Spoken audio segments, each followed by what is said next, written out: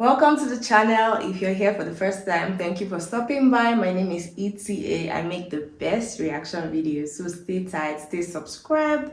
I love you guys for always coming back. Thank you so much. Today's video is from Military Rated. It's titled How Finland Became a Mortar Master.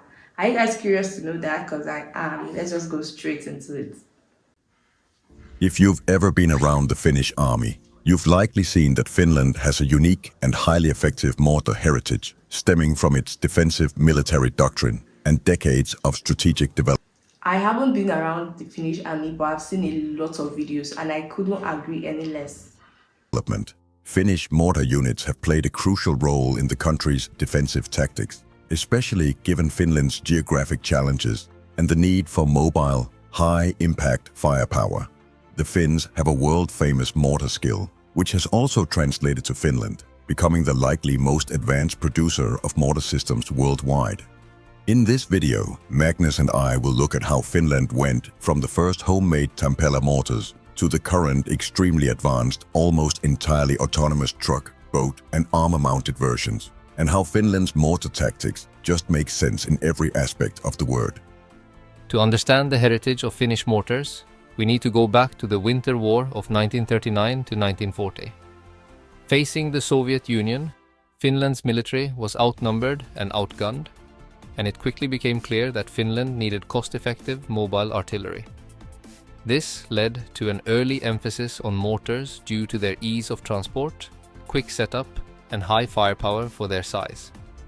They could be easily carried by stealthy Jaeger battalions on skis to remote areas, set up within minutes and let loose on completely unsuspecting Soviet troops, whereas heavier artillery often got stuck in the forested boggy and often bitterly cold terrain.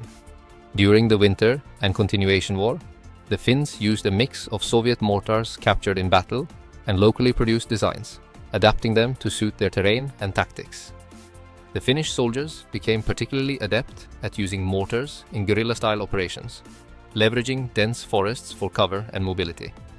Mortars proved to be a perfect fit for this kind of warfare, allowing Finnish forces to set up quickly, fire, and then move before the enemy could locate them.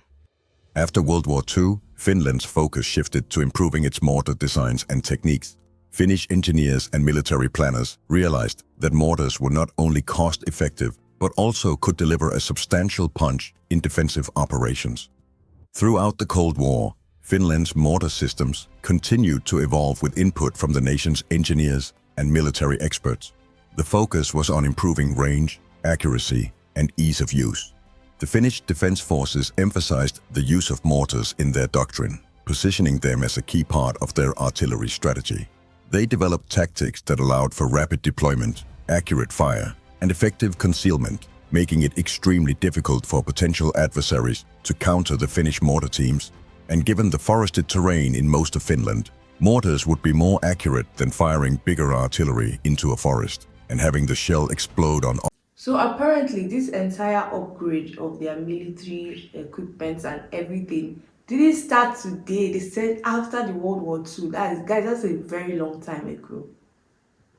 Obstacles like tree trunks. One of Finland's most iconic contributions to mortar technology is its heavy mortar systems, particularly the 120mm mortar. They became a staple in the FDF due to their balance of firepower and portability. Finnish forces have excelled in integrating heavy mortars into combined arms tactics, using them in ways that maximize their devastating impact. That isn't to say that Finland hasn't produced even heavier systems, because trust me, they have. In particular, Tampella have developed a wide range of everything from 300mm mortar systems down to the current 160mm wheeled variant that is still in use today under the name of Soltam. Finnish mortar doctrine became unique because it relied on rapid fire and high mobility. Mortar teams were trained to hit targets quickly and accurately, then relocate before enemy artillery could respond. This concept of shoot and scoot has become a hallmark of Finnish artillery tactics, making their mortar units elusive and highly effective. And they quite frankly put most modern armies to shame with this very specialized form of warfare. Having been to several NCO courses in Finland, I've witnessed how heavy mortar teams can pick several moving targets apart within minutes. disassemble their mortar, and be gone before anyone could realistically figure out where the shots came from. Finland's focus on producing their own military equipment has led to several unique and notable mortar models. A prominent example is the Tampella 120mm mortar, developed by the Finnish company Tampella, later Patria Varmas. This mortar became a staple for the FDF and was exported to other nations due to its reliability and performance. The Tampella design had such an impact that it influenced mortar development in other countries, solidifying Finland's reputation for creating effective, simple, and powerful mortar systems. The legacy remains in place today, and the old Tampella design is still the basis for many of the world's leading 120mm mortar variants. The Tampella mortars and their successors showcase the Finnish focus on robust, easily maintained, and high-performing equipment. Finland's approach to military technology is pragmatic, with a strong emphasis on simplicity and reliability, essential qualities. For a country that relies on conscription and reserve forces, the mortars needed to be easily learned by the vast numbers of reserves coming through the Finnish army system every year, which is why it is still a favorite in many armies, including the one I'm employed in. In recent decades, Finland has integrated modern technologies into its mortar systems, enhancing range, accuracy, and lethality. Modern Finnish mortars have been adapted to support digital fire control systems, which allow for rapid target acquisition and more precise strikes. This integration has transformed Finnish mortars from simple indirect fire weapons to sophisticated tools in network-centric warfare. At the forefront of this technological advancement lies Patria, who have taken massive steps in recent years with developing some of the most advanced wheeled and containerized mortar systems in the world. Take the Patria Nemo system in example. Nemo is a mortar that can go on assault craft, armored vehicles, supply trucks, and even trains. It is operated remotely, offers staggered shots, and from my experience is for now the only mortar that can be operated from a small attack boat at speed. The containerized version makes a whole new range of vehicles a military asset, as it can go on supply trucks and tracked vehicles. It offers the user simultaneous shooting between units, meaning that a whole group of these systems can work under one control unit and fire at pre-selected coordinates simultaneously. One single truck can move many of these containers into position, offload them into fortified shelters, and have them act as mobile fortified batteries. Systems like this will take mortar warfare to a whole new level. Furthermore, Finland and Sweden worked together to develop the aMortar system, a state-of-the-art, twin-barreled 120mm mortar system.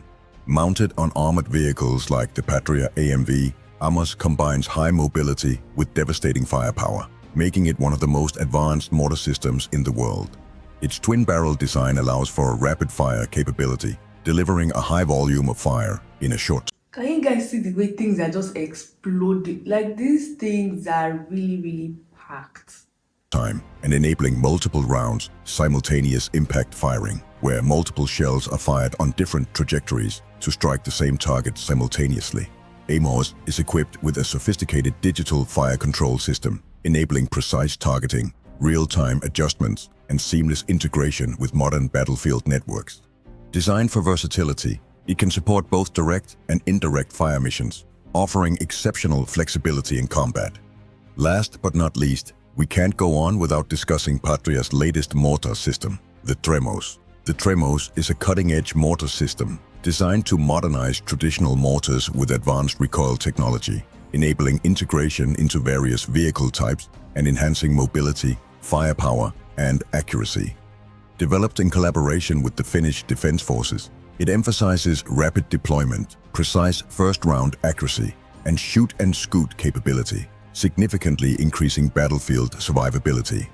Tremos can fire within 60 seconds of arriving at a position and exit immediately after firing, thanks to its recoil system that eliminates the need for ground support. Compatible with 120mm and 81mm smoothbore mortar ammunition. It supports diverse fire missions and offers a modular design for seamless integration into 4x4, 6x6, 8x8, or the light-tracked vehicles. The system also features optimized ammunition storage and tailored configurations to meet specific operational needs, making it a cost-effective and versatile solution for modern conflict and crisis management scenarios. So what's next for Finland's mortar tactics, now that modern warfare has developed into a situation where both sides likely see each other's moves in real time? Well, it's hard to say. Developing armored variants and autonomous systems is likely the right way to go. But that doesn't mean that I think Finland's infantry mortar teams are bound to disappear. Finnish geography, namely its vast forests, means that drones won't be as effective at spotting Finnish mortar teams. And with the right electronic warfare capability within each squad, one can reduce the chances of being targeted by FPVs. I'm sure my colleagues in the Finnish armed forces are working hard at developing their world-leading mortar capabilities as we speak. And as always, I think what they come up with will be rock solid. One thing that is sure is that most bridges and roads and possible invasion points in Finland have pre-plotted mortar firing missions ready to go in the event of a Russian invasion, and that mortars will likely be a leading factor in a potential defense of Finland. It is estimated that Finland has something like 1,000+ various mortars in storage, though I think that this number is far greater. The experiences of the Winter War showed that they are a perfect weapon in Finland, and there's no reason to doubt that they'd be perfect if they were ever needed once more. In this video, we've learned so much. We've learned about the aMortars, the tremors. Guys, so many things. Shout out to Military Rated for this video. Honestly, Finland has come such a long way, especially in this whole preparation, this whole crisis management thing. They have come such a long way. This is really, really insightful. I learned so much from this video and I hope you did too. If you did, let me know in the comments. If you like this one, give me a big thumbs up. And subscribe, please do that. And I'll see you in my next video. Bye.